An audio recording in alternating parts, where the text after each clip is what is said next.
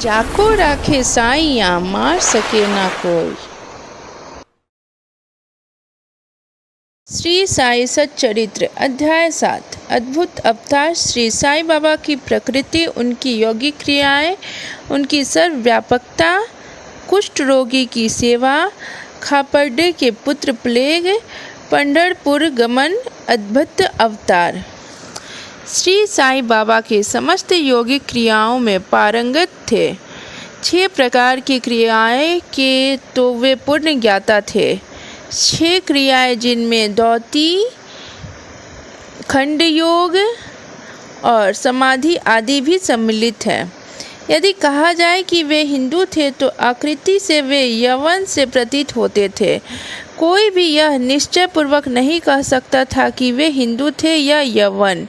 वे हिंदुओं का रामनवमी उत्सव यथाविधि मनाते थे और साथ ही मुसलमानों का चंदनोत्सव भी।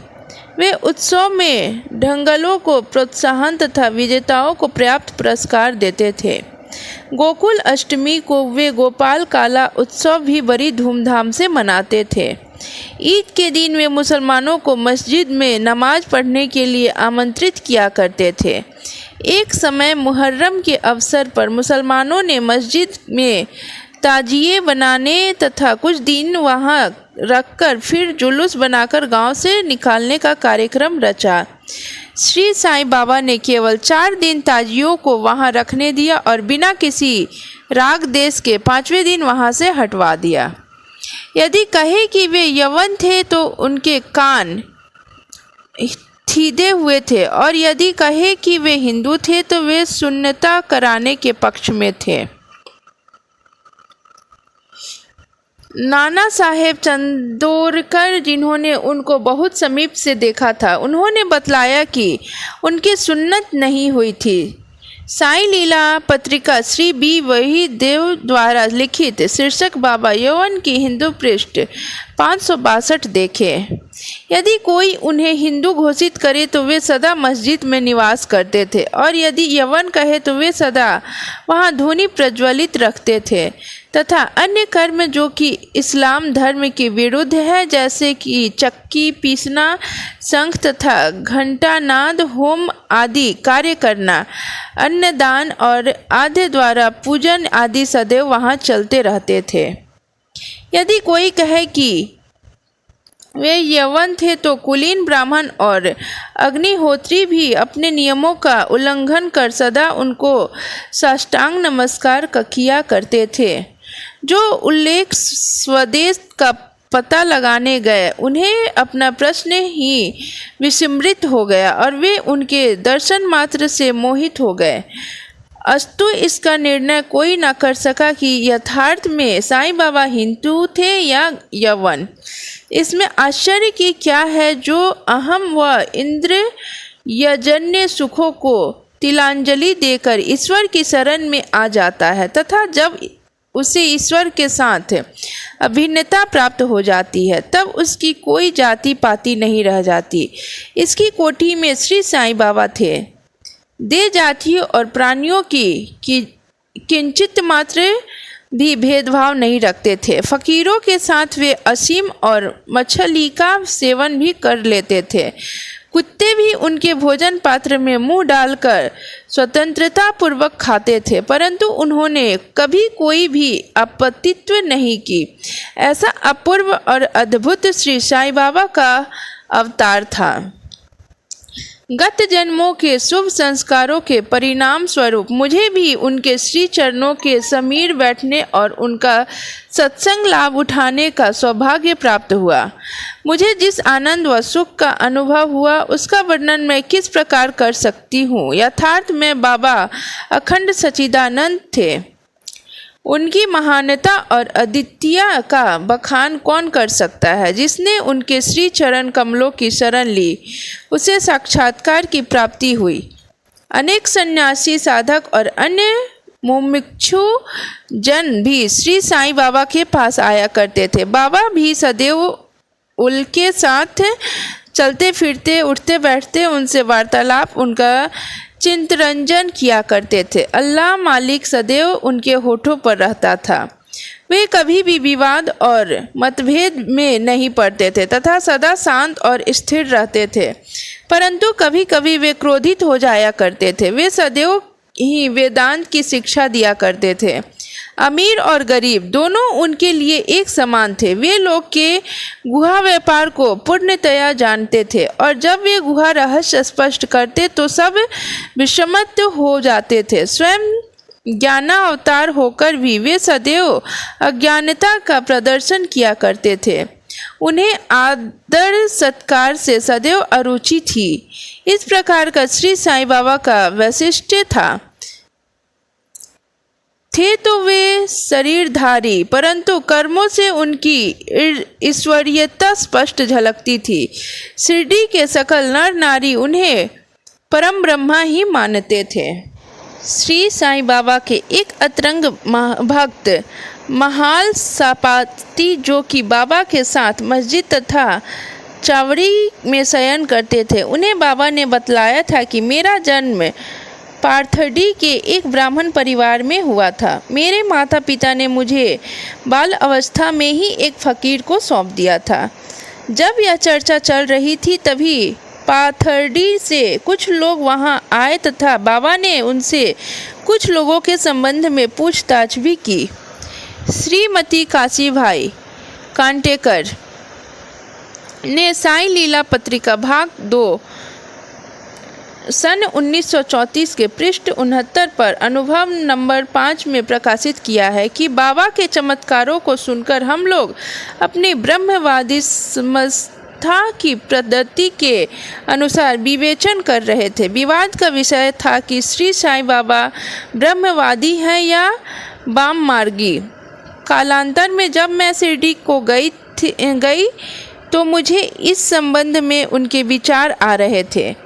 जैसे ही मैंने मस्जिद की सीढ़ियों पर पैर रखा कि बाबा उठकर सामने आ गए और अपने हृदय की ओर संकेत कर मेरी ओर घूरते हुए क्रोधित हो बोले, यह ब्राह्मण है, शुद्ध ब्राह्मण, इसे वाम मार्ग से क्या प्रयोजन। यहाँ कोई भी यवन प्रवेश करने का दुस्साहस नहीं कर सकता और ना ही वह करे। पुनः अपने हृदय की ओर इंगित करते हुए बोले, यह ब्राह्मण लाखों मनुष्यों का पथ प्रदर्शन कर सकता है और उनको अपर्याय वस्तु की प्राप्ति कर सकता है। यह ब्राह्मण की मस्जिद है, मैं यहाँ किसी वाम मार्गी की छाया भी न पड़ने दूंगा।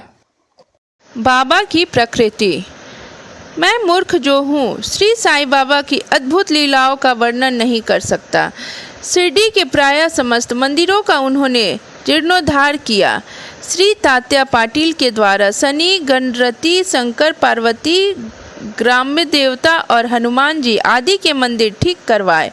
उनका दान भी विलक्षण था। दक्षिणा के रूप में जो धन एकत्रित होता था उसमें से वे किसी को 20 रुपये, किसी को 15 रुपये या किसी को 50 रुपये इसी प्रकार प्रतिदिन स्वच्छ दानता पूर्वक वितरण कर देते थे। प्राप्तिकर्ता उसे शुद्र दान समझता था। बाबा की भी सदैव यही इच्छा थी कि उसका उपयुक्त रीति से व्यय किया जाए। बाबा के दर्शन से भक्तों को अनेक प्रकार का लाभ पहुंचता था।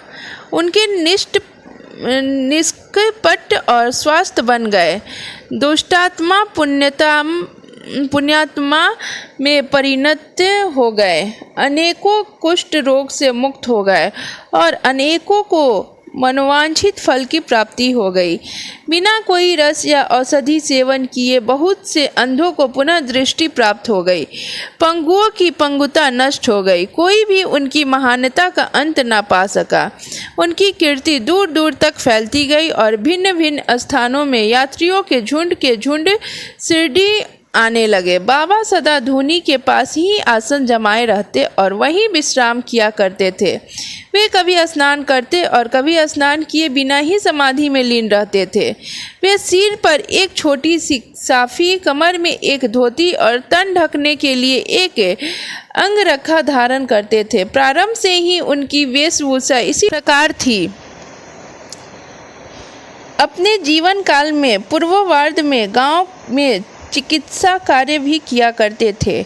रोगियों का निदान कर उन्हें औषधि भी देते थे और उनके हाथ में अपरिमित यश था। इस कारण से वे अल्पकाल में ही योग्य चिकित्सक विख्यात हो गए। यहाँ केवल एक ही घटना का उल्लेख किया जाता है जो बड़ी विचित्र सी है। विलक्षण नेत्र चिकित्सा। एक भक्त की आंख बहुत लाल हो गई थी। उन पर सूजन भी आ गई। शिरडी सरीखे छोटे ग्राम में डॉक्टर कहा। तब भक्तगण ने रोगी को बाबा के समक्ष उपस्थित किया। इस प्रकार की पीड़ा में डॉक्टर प्रायः लेप, मरहम, अंजन, गाय का दूध तथा कपूर युक्त औषधियों को प्रयोग में लाते हैं, पर बाबा की औषधि तो सर्वथा ही भिन्न थी।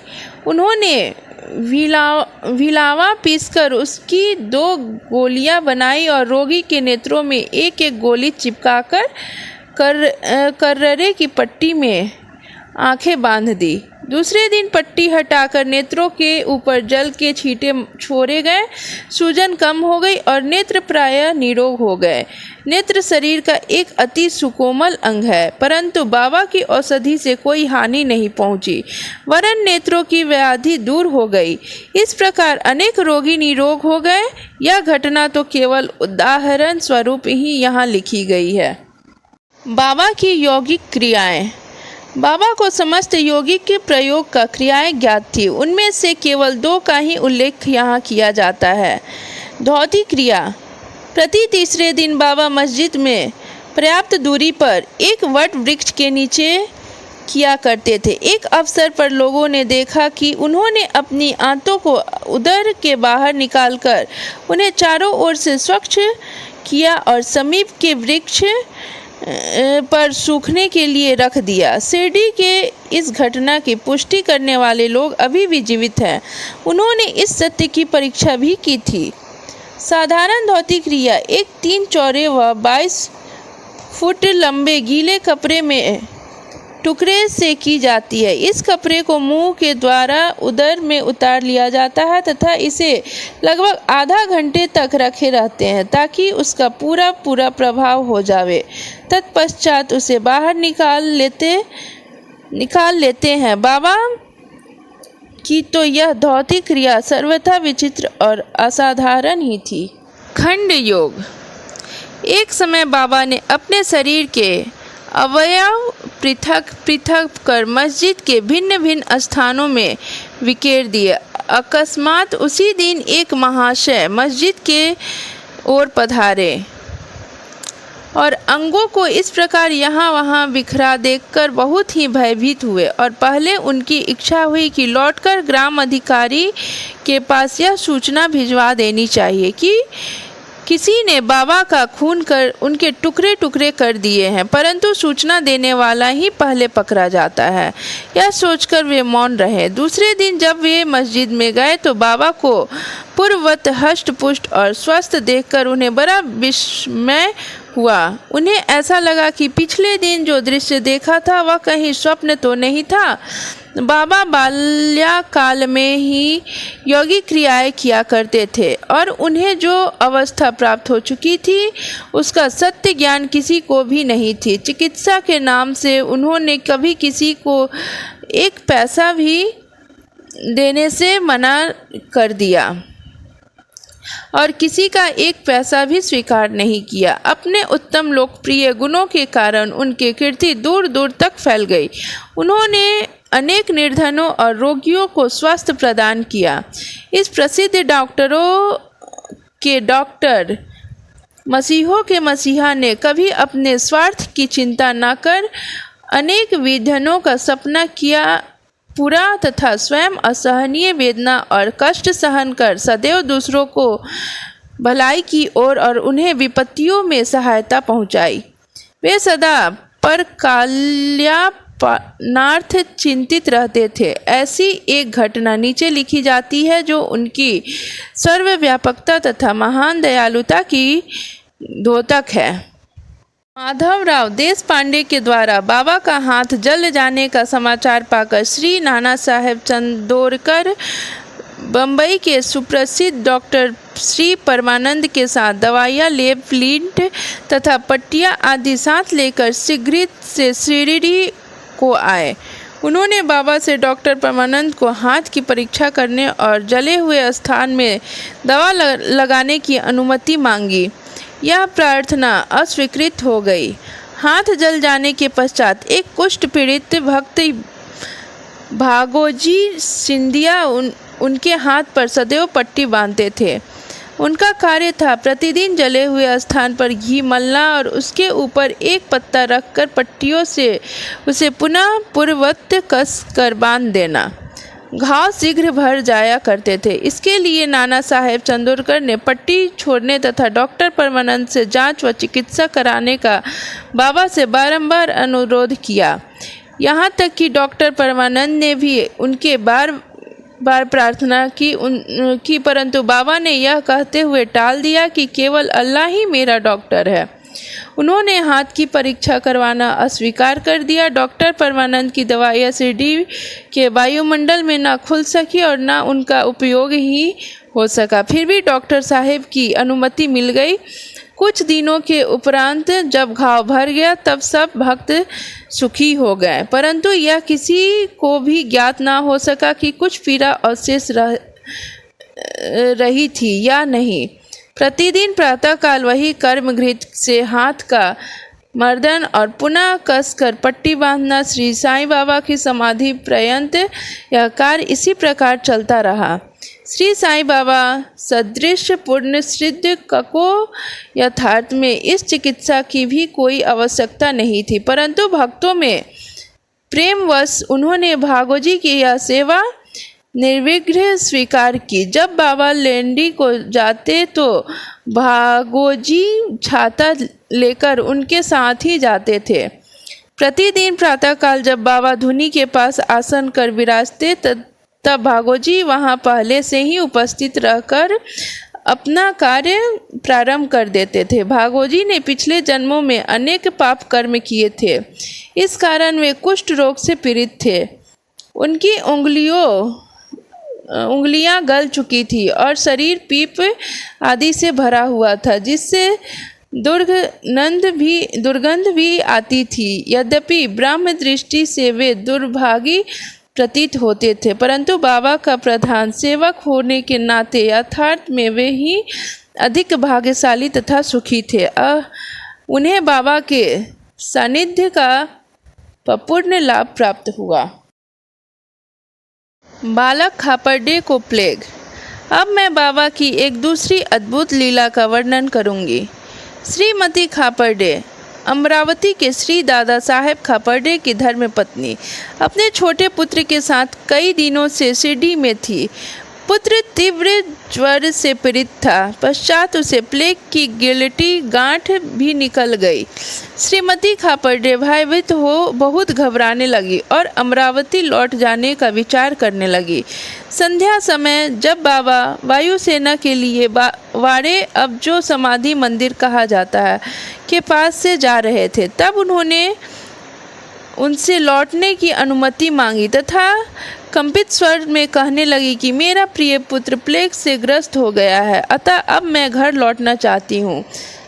प्रेम पूर्वक उनका समाधान करते हुए बाबा ने कहा, आकाश में बहुत बादल छाए हुए हैं, उनके हटते ही आकाश पूर्वत स्वच्छ हो जाएगा। ऐसा कहते हुए उन्होंने कमर तक अपनी कफनी ऊपर उठाई और वहां उपस्थित सभी लोगों को 4 अंडों के बराबर गिलटियां दिखाकर कहा, देखो मुझे अपने भक्तों के लिए कितना कष्ट उठाना पड़ता है, उनके कष्ट मेरे हैं। यह विचित्र और असाधारण लीला देखकर लोगों को विश्वास हो गया कि संतों को अपने भक्तों के लिए किस प्रकार का कष्ट सहन करने पड़ते हैं। संतों का हृदय मोम से भी नरम था तथा अंत ब्राह्म मक्खन जैसा कोमल होता है। वे अकारण ही भक्तों से प्रेम करते हैं और उन्हें अपना निजी संबंधी समझते हैं। पंढरपुर गमन और निवास। बाबा अपने भक्तों से कितना प्रेम करते और किस प्रकार उनकी समस्त इच्छाओं तथा समाचारों को पहले से ही जान लेते थे, इसका वर्णन कर मैं यह अध्याय समाप्त करूंगी। नाना साहेब चंदोरकर बाबा के परम भक्त थे। वे खानदेश में नंदरबार में लतदार थे। उनका पंढरपुर को स्थानांतरण हो गया और श्री साईं बाबा की भक्ति उन्हें सफल हो गई, क्योंकि उन्हें पंढरपुर जो भुवैकुंठ पृथ्वी का स्वर्ग सदृश ही साझा जाता है, उसमें रहने का अवसर प्राप्त हो गया। नाना साहब के शीघ्र ही कार्यभार संभालना तथा इसलिए वे किसी के पूर्व पत्र या सूचना दिए बिना ही शीघ्रता से शिरडी को रवाना हो गए। वे अपने पंढरपुर शिरडी में अचानक ही पहुंचकर अपने विठोबा बाबा को नमस्कार कर फिर आगे प्रस्थान करना चाहते थे। नाना साहब के आगमन की किसी को भी सूचना न थी, परंतु बाबा से क्या छिपा था, वे तो सर्वज्ञ थे। जैसे ही नाना साहब नीम गांव पहुँचे, जो शिरडी के कुछ ही दूरी पर है, बाबा पास बैठे हुए मल्लाह सापति, अप्पा सिंधे और काशी राम से वार्तालाप कर रहे थे। उसी समय मस्जिद में स्तब्धता छा गई और बाबा ने अचानक ही कहा, चलो चारों मिलकर भजन करें। पंढरपुर के द्वार खुले हुए हैं, यह भजन प्रेम पूर्वक गावें। पंढरपुर ला जायाचे जायाचे तिथे मजला रह्याचे घर ते मैया रयाचे। सब मिलकर गाने लगे। भावार्थ, मुझे पंढरपुर जाकर वहीं रहना है, क्योंकि वह मेरे स्वामी ईश्वर का घर है। बाबा गाते जाते और दोहराते जाते। कुछ समय में नाना साहब ने वहां सहकुटुंब पहुंचकर बाबा को प्रणाम किया। उन्होंने बाबा से पंढरपुर को साथ पधारने तथा वहां निवास करने की प्रार्थना की। पाठकों, अब इस प्रार्थना की आवश्यकता ही कहाँ थी। भक्तगण ने नाना साहब को बतलाया कि बाबा पंढरपुर निवास के भाव से पहले से ही हैं। यह सुनकर नाना साहब द्रवित हो श्री चरणों पर गिरे और बाबा की आज्ञा उदी तथा आशीर्वाद प्राप्त कर वे पंढरपुर को रवाना हो गए। बाबा की कथाएं अनंत है। अन्य विषय जैसे मानव जन्म का महत्व, बाबा का भिक्षा वृत्ति का निर्वाह, बाई की सेवा तथा अन्य कथाओं को अगले अध्याय के लिए शेष रखकर अब मुझे यहाँ विश्राम करना चाहिए। श्री सद्गुरु साईं नाथार्पणमस्तु। शुभम भवतु।